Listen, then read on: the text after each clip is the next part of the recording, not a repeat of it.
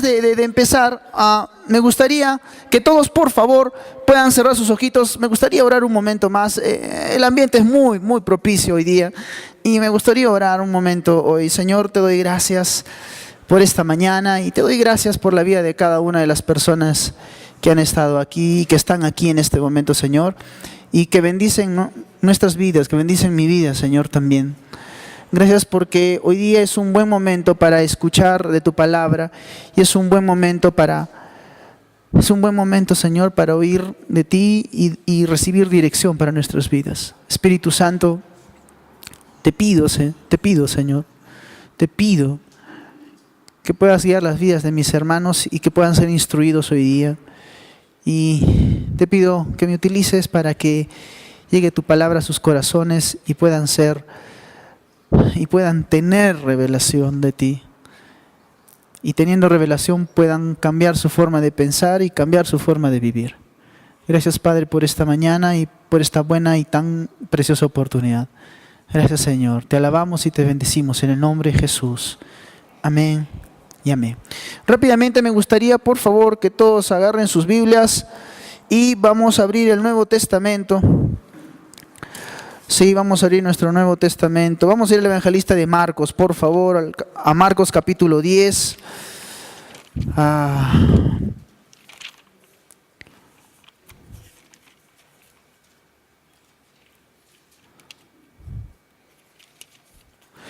Marcos capítulo 10. Nuestro verso central por este momento va a ser el verso 45, pero me gustaría leer rápidamente desde el verso 35, ¿está bien? Vamos a leer el verso 35 de Marcos capítulo 10 y dice: entonces, acercándose a él, Jacobo y Juan, hijos de Zebedeo, le decían: Maestro, deseamos que hagas a favor nuestro todo lo que pidamos. Él les contestó: ¿qué desean que haga por ustedes? Ellos le dijeron: permítenos que en tu gloria nos sentemos el uno a tu derecha y el otro a tu izquierda. Pero él les dijo: no saben lo que piden. ¿Pueden beber la copa que yo bebo y ser bautizados en el bautismo en que soy bautizado? Ellos contestaron: podemos. Hasta aquí vamos a hacer una pequeña raya, una pequeña parte, y hasta aquí vamos a decir que esto es simplemente visión o sabiduría humana. Repite conmigo y di: sabiduría humana. Es interesante ver que nosotros como seres humanos tenemos una forma de pensar, una forma de ver las cosas. Esto yo no lo dije en el primer servicio, pero puede ser que por eso es que Pablo escribe en la carta a los romanos, le escribe de esta manera, les dice: cambien su forma de pensar. Porque nosotros pensamos como arequipeños. ¿Cuántos arequipeños hay aquí? ¿Puede levantar su mano? ¿Sí? Orgullosos de ser arequipeños, acaba de pasar el mes patrio, ¿no? Y es interesante ver que nosotros pensamos como arequipeños, pero si tú consultas con un limeño ciertos términos, te vas a dar cuenta que no son iguales. Que podemos tratar de hablar sobre una misma cosa, pero utilizar 2 o 3 palabras diferentes. ¿Sí? Cuando tú quieres borrar la pizarra, aquí en Perú, utilizamos una palabra que se llama mota, ¿sabías? Sí, ¿no? Oye, pásame la mota, dicen, ¿no? Los más chiquillos. Entonces alguien te trae la mota y tú empiezas a borrar la pizarra. Pero tú no puedes decir mota en Bolivia. ¿Alguien sabe por qué?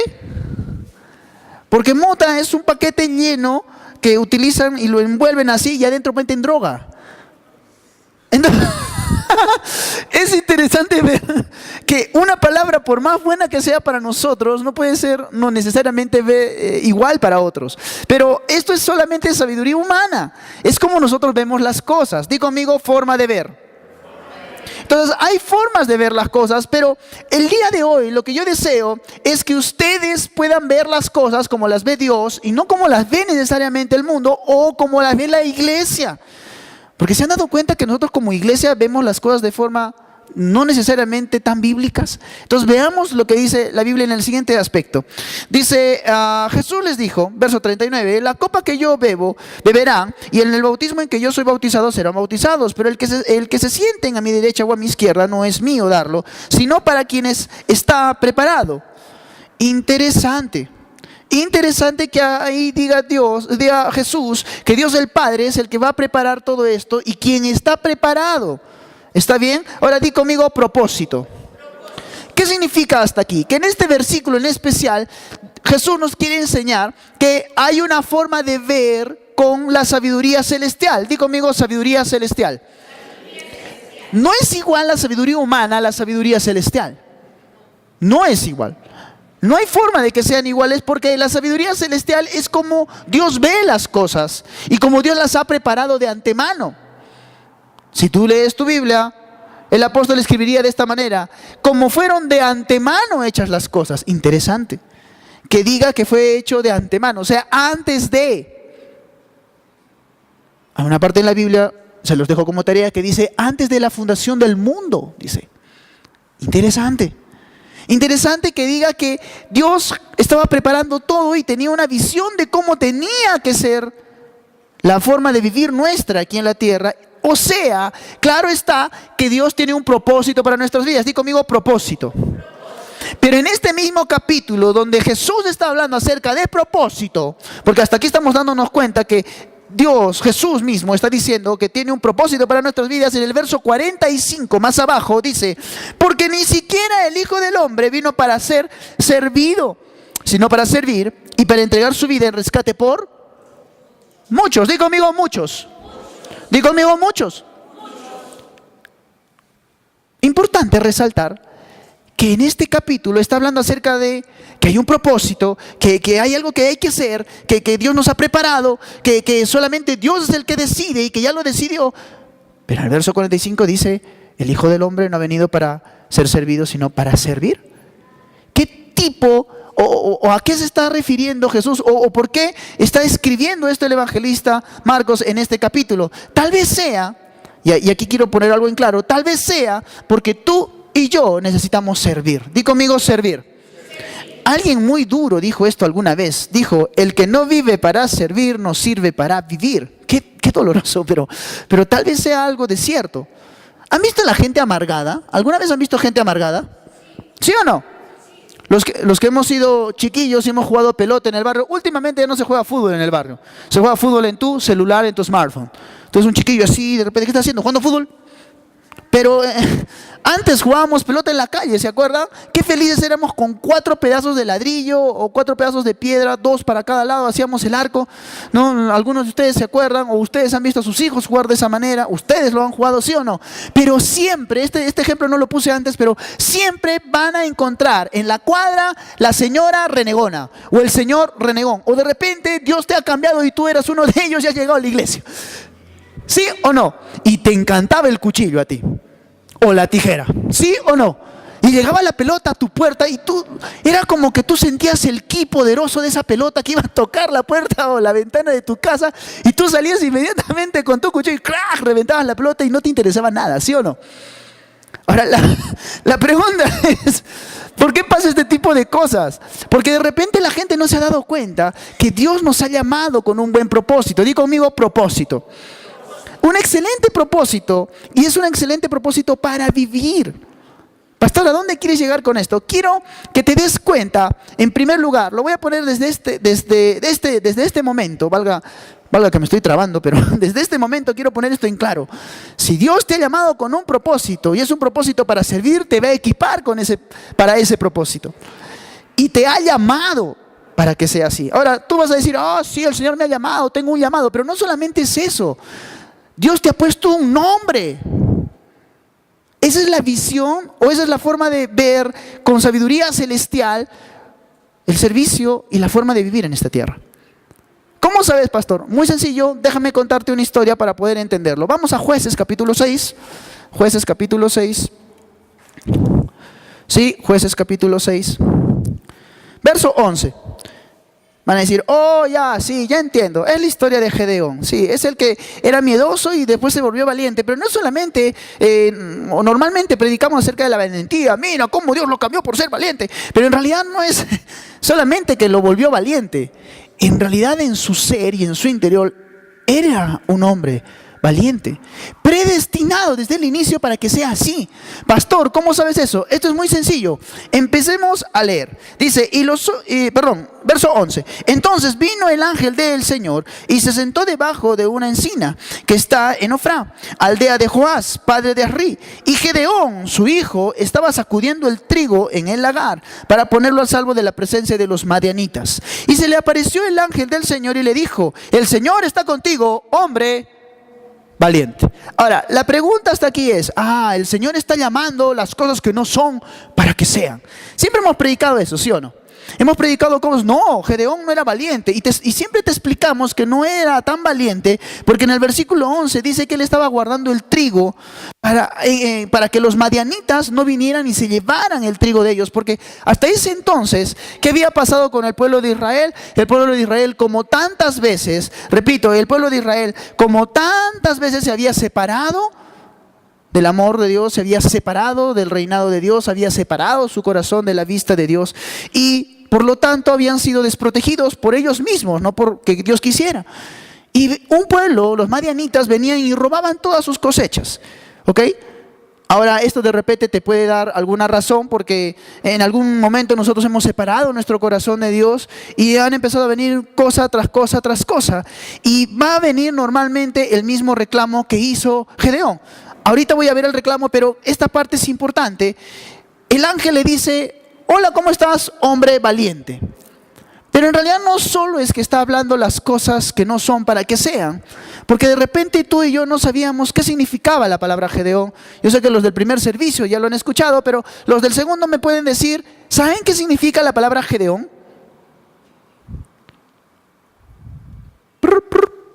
El grillo.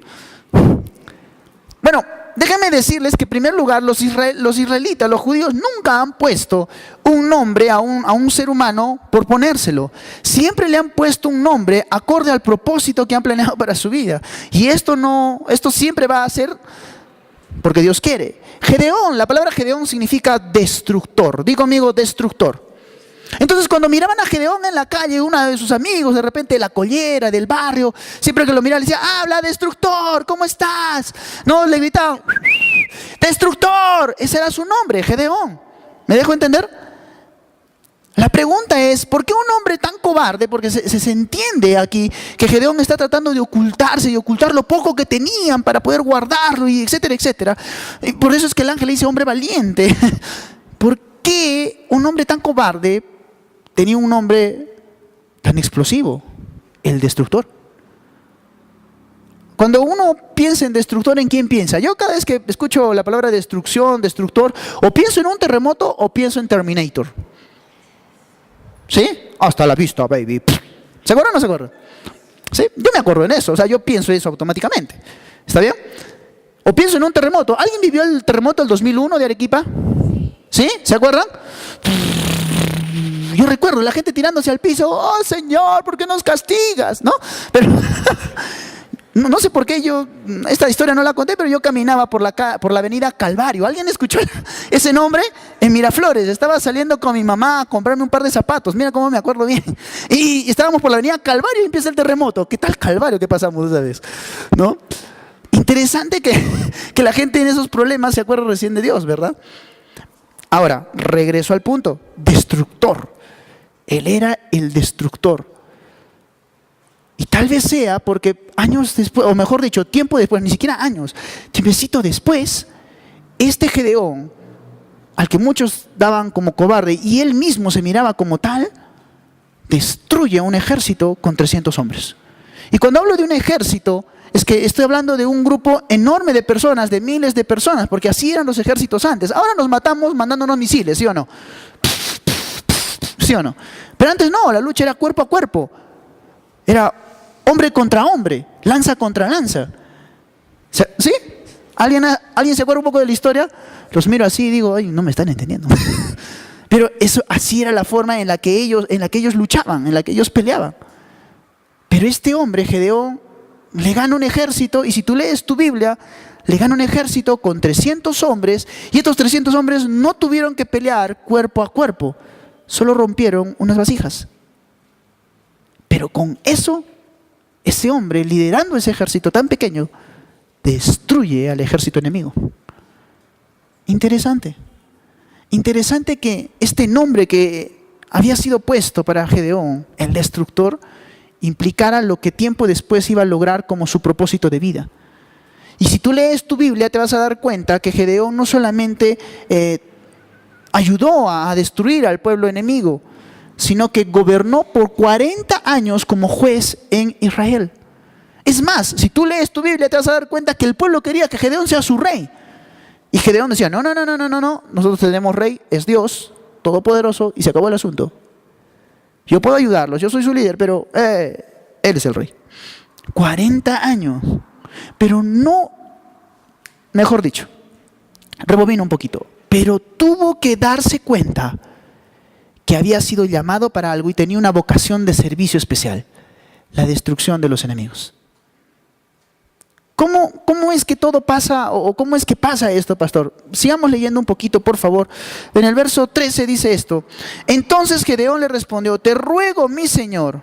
Hasta aquí no se había dado cuenta de su propósito, no se había dado cuenta quién era. Hasta aquí Gedeón no sabía que Dios lo había llamado a su servicio, al servicio de Dios Todopoderoso, y empieza a reclamarle. ¿Qué dice Gedeón? Entonces Gedeón le respondió, te ruego, mi señor, si el Señor está con nosotros, y hace una pregunta. ¿Por qué nos han pasado todas estas cosas? Esto no lo resalté en el primer servicio, pero me gustaría resaltarlo hoy. Tengo algo en mi corazón que sea así. ¿Tú no te has preguntado eso alguna vez?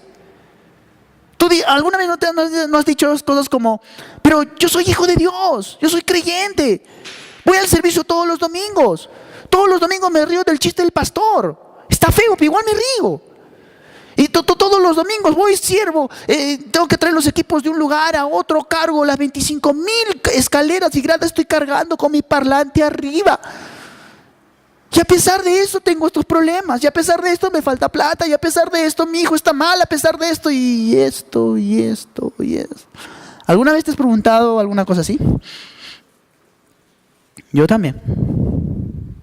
Sigo leyendo. Vuelve a hacer otra pregunta y dice, ¿y dónde están todos los portentos que nos han contado nuestros padres diciéndonos, Yahvé nos sacó de Egipto? Se vuelve a hacer otra pregunta. ¿Y dónde está lo maravilloso que es Dios? Si nosotros somos hijos de Dios, si nosotros somos el pueblo escogido, ¿dónde está Dios? Y ahora no hace una pregunta, hace una afirmación. Interesante lo que afirma Gedeón, el destructor. Afirma lo siguiente, dice, la verdad es que el Señor nos ha desamparado. Otra versión de Biblia diría, la verdad. Pero ahora Yahvé nos ha abandonado. El Señor nos ha abandonado. No tenemos a Dios. Por eso nos pasan todas estas cosas. Entre medio renegado, entre medio desubicado, entre medio de todo esto, Dios llama a un hombre. Quiero que notes algo importante. Verso 14 dice, y el Señor se volvió hacia él y le dijo, ve con esta tu fuerza, porque tú librarás a Israel del poder de los madianitas. He aquí que yo te he enviado. ¿De qué fuerza está hablando? ¿No será de la fuerza que ya habían predestinado dentro de él? Porque cuando Dios te llama a su servicio, te equipa para este servicio. Te equipa para servirle. La mayoría de pastores que conozco, incluyéndome, no queríamos ser pastores, queríamos ser predicadores. Queríamos ir, pararnos delante de la gente, enseñarles la palabra, motivarlos, animarlos. Pero muchos no querían ser pastores, porque muchos decían, uy, escuchar al hermanito, escuchar a la hermanita, ay Señor. Hoy por hoy no podemos sentar, escuchar, y de verdad nos gusta escuchar. Sentamos, hablamos. No importa las barbaridades que diga o las bondades que diga. Simplemente escuchamos. Dios equipa. Ahora, quiero que notes un poquito más. Sigamos leyendo de esta manera. El verso 15 dice, entonces él le respondió, yo te ruego, mi Señor, ¿con qué libraré a Israel? He aquí que mi familia es insignificante en Manasés, y yo soy el menor de la casa de mi padre. Interesante. Que Gedeón, lo que cuando miraba al espejo, miraba una desgracia. Esto pasa normalmente a los más jóvenes, ¿sí o no? No sé por qué viene el síndrome del grano. justo el día de la fiesta de graduación te aparece un grano tamaño unicornio. Tú le metes base, 3000 tipos de pinturas y esa cosa nunca desaparece. Es más, se pronuncia. ¿Por qué pasa? No sabemos. Pero pasa. Justo ese día, el que te vas a declarar, el día que vas a pedir la mano, ¡ploj! Una cosa enorme por aquí. O de repente vino te intoxicaste y empezaron a abrir las ronchas. ¿Les ha pasado? ¿Sí? ¿Alguien ha visto la película Hitch? ¿Sí? ¿Han llegado a ver la película Hitch? Es una película de Will Smith, muy cómica. Pero llega el momento de la cena que la invita, por fin la chica lo invita. El tipo está emocionado. Y se come un poquito de pescadito y chispas con el pescadito. Ploc, ploc, se empezó. Terrible. Interesante. Mira. Regresamos acá. El verso dice que él está mirándose a sí mismo como insignificante por las circunstancias. Dicen, la tribu en la que yo vivo, Señor, le dice, es la más chiquita. O sea, si hay una tribu chiquita, esta es más chiquita. Y para colmo, mi familia es la peor de todas. Es la más insignificante. O sea, tú no puedes pensar esto. Algo que yo no dije que me gustaría resaltar ahora es que si ustedes leen su Biblia se van a dar cuenta que en los evangelios hay un momento en que Jesús va a su tierra de nuevo. Y la gente dice acerca de Jesús esto. Interesante. Dice, oye, ¿ese no era Jesús? Claro, ese era Jesús, el hijo de José. ¿Te acuerdas o no te acuerdas? Ese el otro día vino a arreglarme la puerta. Y la Biblia resalta, y no pudo hacer muchos milagros. Porque normalmente vemos las circunstancias. Para servir normalmente nos vemos a nosotros mismos. No pasa nada. Cuando somos jóvenes eso nos complica más, ¿no? Porque se han dado cuenta que de cierta edad, desde los 11, 12, desde muy pequeños inclusive hasta la edad donde ya casi están listos, ya así van a quedar de cuerpo y figura, la gente va mutando. Sí, mutan, ¿no? De repente la oreja es más grande, la cabeza más chiquita, una narizaza, sí, de repente un día están con los labios de Angelina Jolie, ¿no? Y un día después ya son los labios de tisita de pizarra, ¿no? Delgadito, ¿no? Lapicito mongol, ¿no? Delgadito. ¿Te has dado cuenta? Y empezamos a ver nuestras propias circunstancias y dicen, no, yo no sé, no puedo servir a Dios. No, que me voy a parar adelante como el hermano que canta, qué roche. Pero Dios ha puesto dones en ti. Repito, Dios ha puesto dones en ti, que es poder para ti y tu vida. Los que no sabían, quiero dejarles un dato curioso. El dato curioso es que cuando tú lees Hechos de los Apóstoles, el capítulo 2, dice, y recibirán poder. Y siempre que hemos hablado de esta palabra poder, hemos hablado de la palabra dinamita o dunamis. Pero esta palabra dunamis en el griego se repite en uno de los evangelios, cuando el evangelista habla acerca de, escucha, de aquella parábola en donde 3 personas reciben talentos. Y dice, y a cada uno se le entregó según su dunamis. Pastor, ¿a qué estás hablando? ¿Dunamis no era poder? ¿Según su poder? Sí, porque la palabra dunamis no solamente significa poder, significa capacidad. Cada uno recibió según su capacidad. Y según esta capacidad podía efectuar un poder en él que podía salir en beneficio de todos. Gedeón tenía una capacidad. Gedeón tenía un llamado. Gedeón había sido predestinado para alcanzar un objetivo. Interesante que solo el momento en que Dios le muestra su propósito y que él lo entiende, no solamente libra al pueblo de Israel de un pueblo enemigo, no solamente los destruye avergonzándolos con 300 hombres, también el ejército enemigo se matan entre ellos. Y no solamente eso, gobierna Israel por 40 años. Propósito de servicio. ¿Se acuerdan lo que decía el verso 45 de Marcos? Decía, el Hijo del Hombre no vino sino para. Significa que cada uno de nosotros, de la misma manera como Él, hemos sido llamados a servir y tenemos un propósito en esta vida. Pastor, pero yo ya estoy muy viejo. Ya estoy más para la otra que para esta. Cada vez que paso por el cementerio me llaman conchudo, conchudo.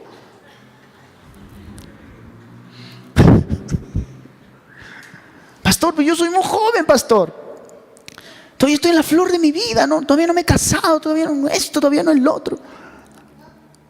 Hace 17 años atrás conocí al Señor.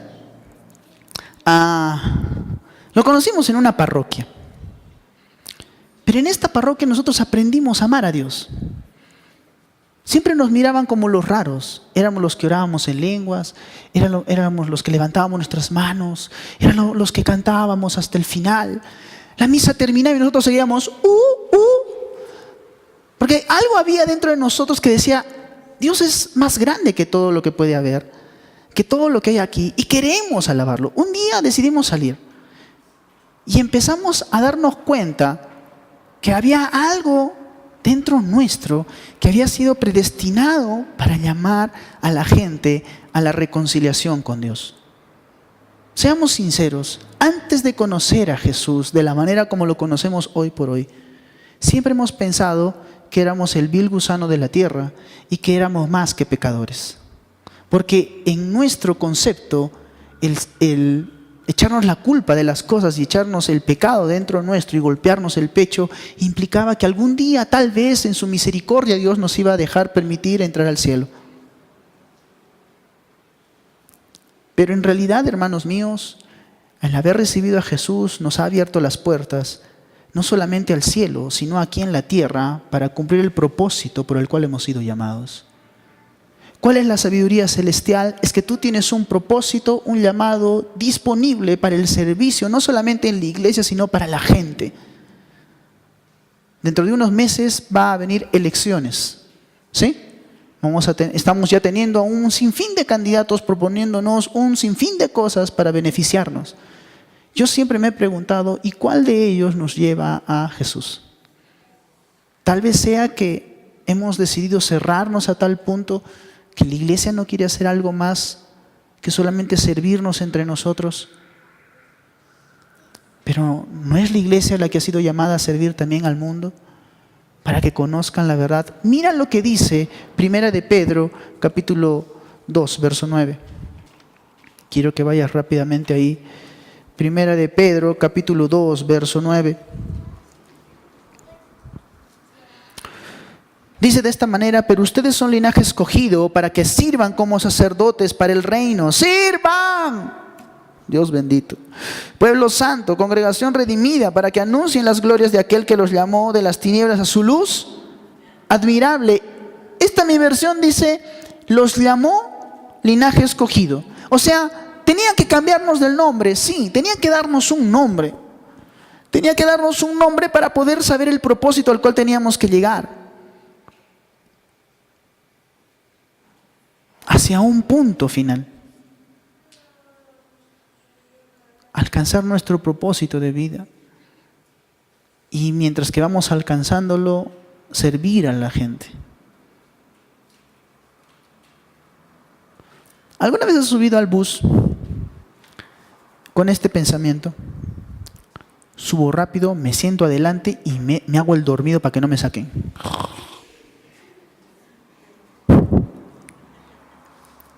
No importa, no importa. Y siempre estos chiquillos que hacen esto, o a estos adultos que hacen esto, siempre dicen, no importa, si viene el viejo o la vieja, no, moleste. Joven, asiento reservado.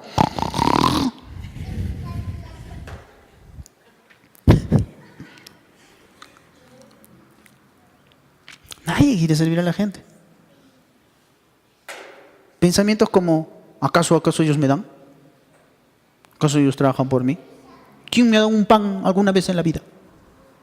Mi madre, mi santa madre, dice a veces. Hijo, trabaja, porque nadie te va a estirar la mano. Yo a veces digo, ¿no? Si nadie me estira, yo le estiro, ¿no?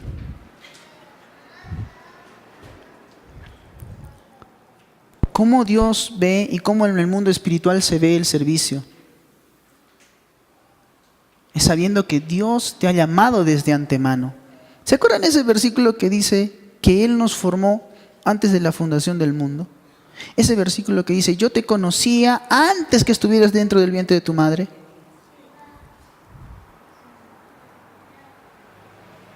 Y yo te di por profeta para las naciones.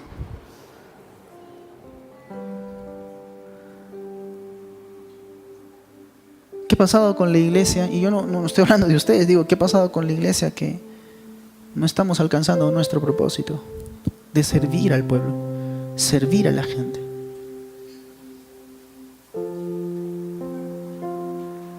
Cuando conocí al Señor tenía 14 años. ¿Sabes qué era lo más honroso para mi vida? No sé por qué estoy contando estas cosas, pero ¿sabes cuál era lo más honroso para mi vida?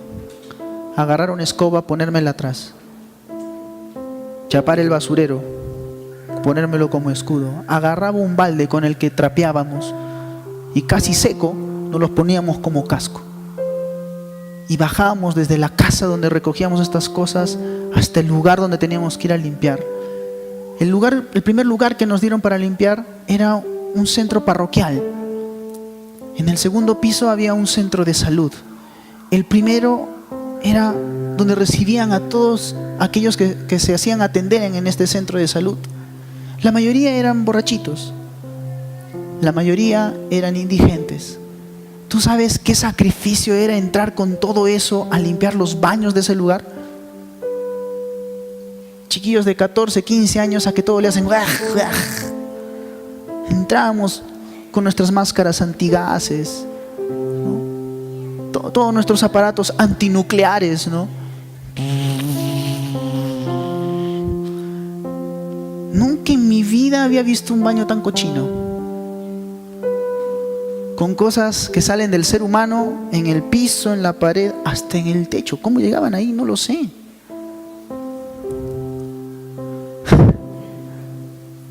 Y empezábamos a servir con todo nuestro cariño, con todo nuestro amor. Sabíamos que Dios nos había llamado. Probablemente no sabíamos exactamente para qué. Pero no había momento ni día que no quisiéramos servir. ¿Sabes por qué los chiquillos sirven más en la iglesia que en su casa? Porque en la iglesia les han enseñado que hay un propósito para su servicio. En la casa sirve porque yo te digo que lo hagas. Lava tu ropa porque a mí me da la gana que la laves. Pero si ellos supieran que lavar su ropa dignifica su forma de vivir y dignifica el apellido que llevan, entonces nunca habría una etapa en la vida de cochinones. Esa etapa en la vida de los chicos adolescentes en donde tiras la media al techo y se queda pegada, donde tú entras al cuarto y toda la ropa interior ladra, aúlla de cochina. Entenderían que tienen un buen propósito en hacer las cosas y alcanzarían un buen futuro. Quiero motivarte, iglesia, que entiendas algo y que quiero que veas cómo ve Dios y Jesús mismo la forma de vivir en esta tierra, sirviendo, pero sirviendo con un propósito. Porque hay gente que se ha dedicado solamente a servir y ha olvidado completamente todo sin excepción. Todo tiene un propósito. Yo contaba esto en el primer servicio.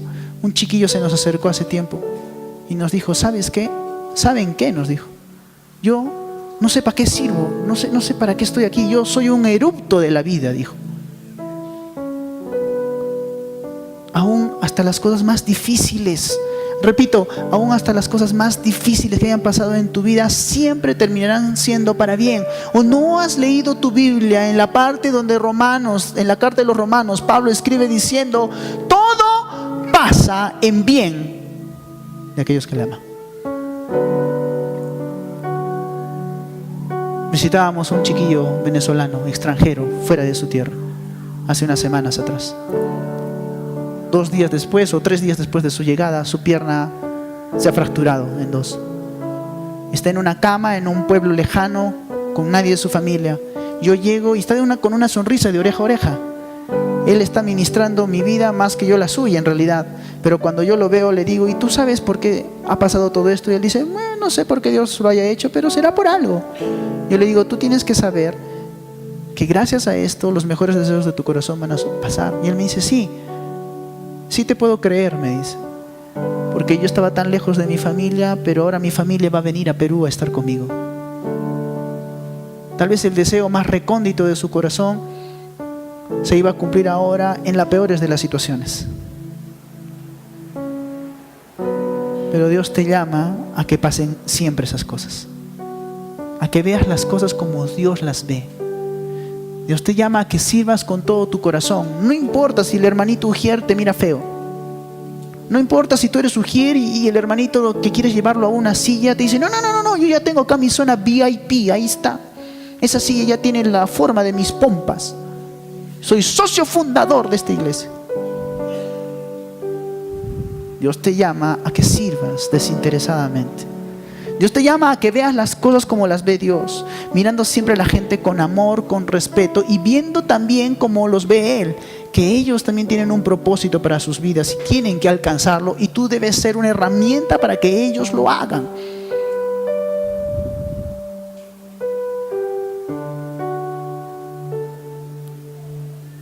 Me acabo de acordar una historia. Una joven una vez entró a nuestra iglesia y tomó por los brazos a mi esposa y le dijo, ¿sabes qué? Quiero que sepan que el día que yo vine por primera vez a este lugar, yo me iba a matar. Pero dije, vamos a darle una oportunidad más a ver si él puede hacer algo. ¿Sabes qué? No me acuerdo qué enseñaron. ¿Sabes qué? No me acuerdo si ofrendé o no ofrendé. No me acuerdo absolutamente nada. Solo me acuerdo de dos cosas, dijo. Solo me acuerdo de dos cosas. La primera es que la hermanita que me recibió en la puerta me recibió con un abrazo que hubiera querido que bien mi madre me lo diera. Y la segunda cosa, que los que se pararon adelante a cantar lo hicieron tan cordialmente que yo solamente pude rendirme y llorar delante de Dios. 5 años después estoy aquí. Y nunca más he querido irme antes de tiempo. Quiero invitarte y motivarte a que veas las cosas como Dios las ve. Que no importa qué te digan, que no importa cómo te veas, que no importa si te crees que eres el más insignificante de los insignificantes. Yo mido 1,56 m, creo, 156 centímetros, pero de puro amor. Soy pequeño. Un día mi pastor me miró y me dijo, ¿tú sabes por qué Dios te ha hecho chico? Yo le digo, no sé, le digo, para que vayas a los lugares y alcances los sitios que tu pastor no puede alcanzar. Años después yo he viajado más que él. Años después yo he visitado más lugares que él. Interesante saber que Dios tiene un propósito para nuestras vidas y que solo debemos permitir que se haga. Amén. Si hoy vienes por primera vez, déjame invitarte a que puedas recibir a este Jesús de las oportunidades y este Jesús de los propósitos en tu vida. Yo sé que dentro de poco vamos a salir en redes sociales, así que ahí en la red social donde nos estás mirando, donde estás viendo, donde estás captando esta enseñanza, déjame invitarte a que dejes permitir ingresar en tu vida a ese Jesús de las oportunidades. Así que si tú eres uno de ellos, y si tú nos estás viendo y eres uno de ellos, haz esta oración conmigo y la iglesia me va a acompañar. Cierren sus ojos conmigo y oren de esta manera. Díganle esto, díganle: Señor Jesús, me he dado cuenta y he escuchado que tienes un propósito para mi vida, y hoy día quiero empezar con Él. Quiero que entres en mi vida. Quiero que seas Señor y Salvador de mi vida. Reconozco que moriste en la cruz, que resucitaste por mí, y hoy, Señor, te declaro como mi Padre, porque así me has llamado tú, tu Hijo. Yo soy tu Hijo. Gracias, Señor. Te bendigo y te honro en esta mañana. Y si tú, por alguna circunstancia, hermano mío, hoy que estás aquí, o que también nos escuchas, y han habido tantas circunstancias que te han hecho doler tanto y han apartado tanto tu vida, no solamente del servicio, sino de la iglesia y del amor de Dios. Y quieres reconciliarte con Jesús. Haz esta oración conmigo y iglesia, me ayuda y dicen: Señor Jesús, yo te alabo y te bendigo. Reconozco que eres mi Señor y que eres mi Padre. Te pido perdón. Te pido perdón por cuanta falta he cometido.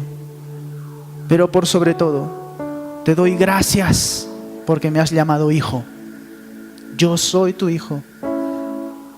Y como hijo, Señor, recibo para mi vida la herencia personal que me has entregado, que es el cielo mismo. Gracias te doy. Me reconcilio contigo. Mi vida entera para ti. Heme aquí. Aquí estoy, Señor, disponible para ti. Gracias, Jesús. Gracias, Señor. Te bendigo. En el nombre de Jesús. Amén. Iglesia, mira las cosas como Dios las ve y camina como lo que eres. Un hijo, linaje escogido, real sacerdocio y nación santa. Porque así te ve Dios. Camina de esa manera. Camina siempre hacia adelante. Amén. Ha sido un gusto estar con ustedes.